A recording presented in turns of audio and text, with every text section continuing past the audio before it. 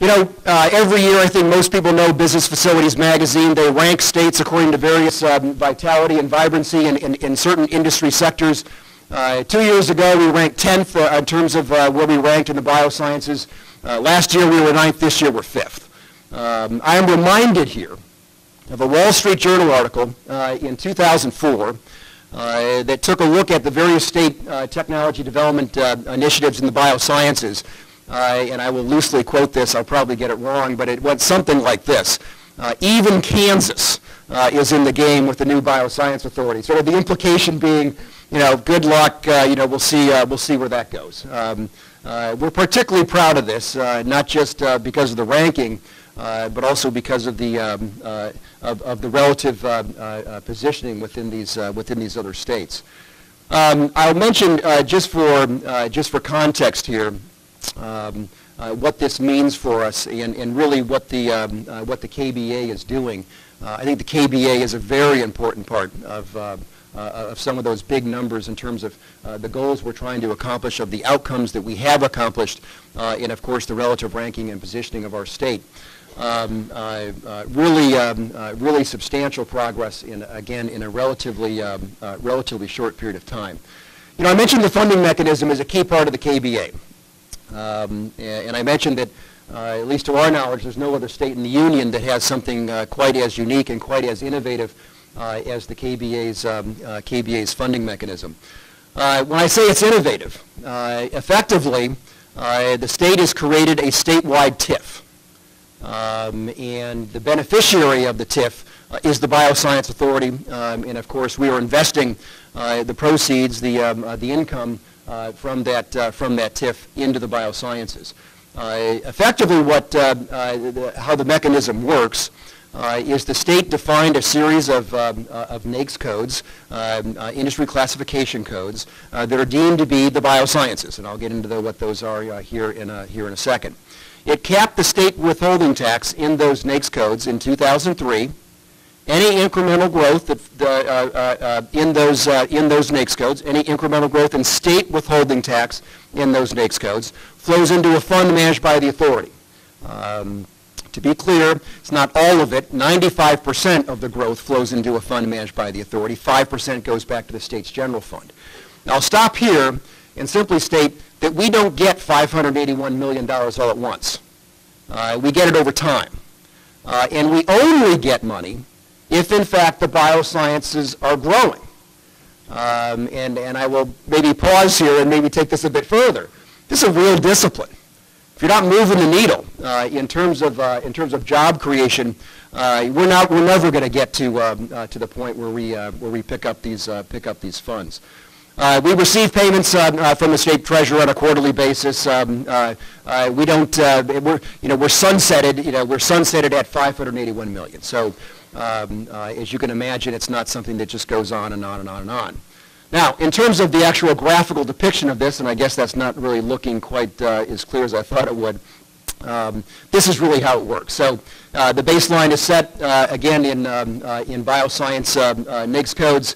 They actually measure the incremental growth. So again, if there's no incremental growth, we're not getting any money. If the incremental growth is actually going down, we're getting a smaller amount. The baseline goes to the general fund, and again, I'll show a better chart here. The incremental growth goes into the bioscience fund. Again, not projected here. It's only 95% of that incremental growth. And of course, we only accumulate $581 million. To be clear then, we're outside the appropriations process. And I know there'll be questions on this, but we're outside the appropriations process. It's a dedicated funding mechanism for the authority. And again, we only accumulate over time the 581. At that point, we're sunsetted.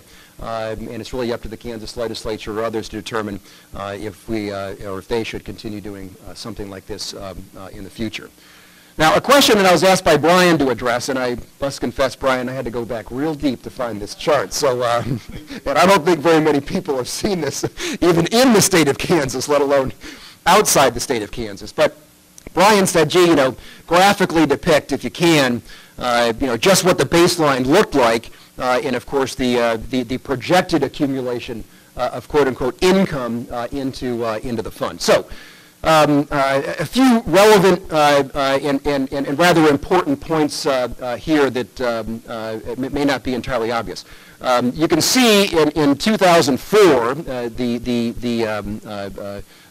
baseline, as I described it, capped at 2003, was $60.7 million. I'm going to stop there.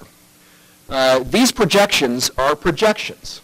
The current projection for the KBA in this fiscal year is $70 million. We have more than doubled that baseline in a relatively short period of time, 6 years. That's absolutely extraordinary growth. And you really have to pause and think about that. Again, we're only getting the 70 million if in fact there is state withholding tax growth.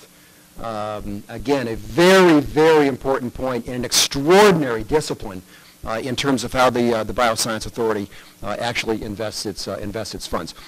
These are the original projections, and obviously all the way out to 2015, the total accumulation is $581 million. Pretty interesting funding mechanism. An issue that Brian also asked me to address is, so what are these NAICS codes? These are the NAICS codes as defined. By the way, this presentation is yours, so Brian, if people really want to, don't take notes on this, we'll give it to you. But these are the NAICS codes that the Kansas legislature selected. And I want to be clear about this. You'll look through these and say, gee, what about this NAICS code? What about that NAICS code? I think there was some thought that a total fund size, and based upon the projections back here, wherever the back is, 581 seemed to be a reasonable number that was politically palatable according to this growth, and according to these projections, and according to the total accumulation. So there are some bioscience NAICS codes that are relatively obvious that are not included in this funding mechanism.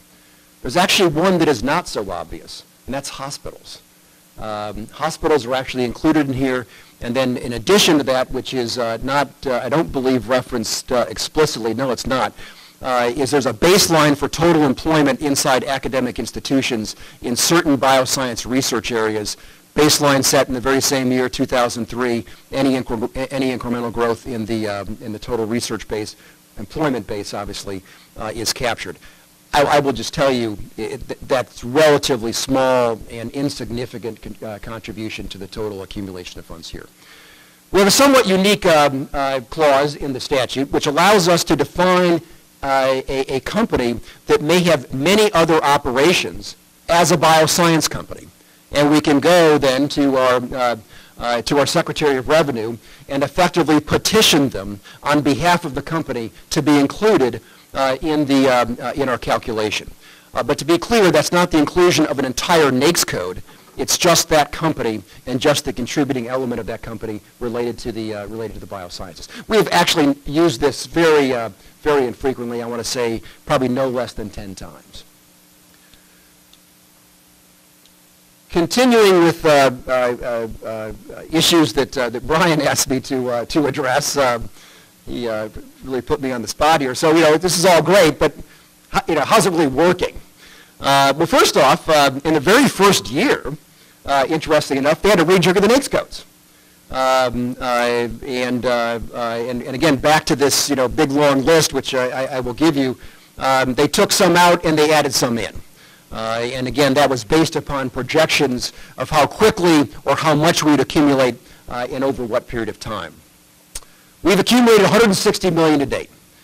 We really started accumulating funds in 2006, so it's fair to say that the 160 has been collected more or less in the last 3 or 4 years. Again, you can just pause and think about that. That's a substantial amount of funds in a relatively short period of time. The KBA has committed more than that number. And Lori asked me this over lunch. Well, how's that possible? It's possible because we're a TIF, because we have a dedicated financing stream that's coming into the authority. And I might add, this is the absolute killer part of the model. When you go after researchers, You're not going to do a research package to an eminent scholar, which I'll describe what that means in a second. You're not going to do that over a year. When you recruit a company,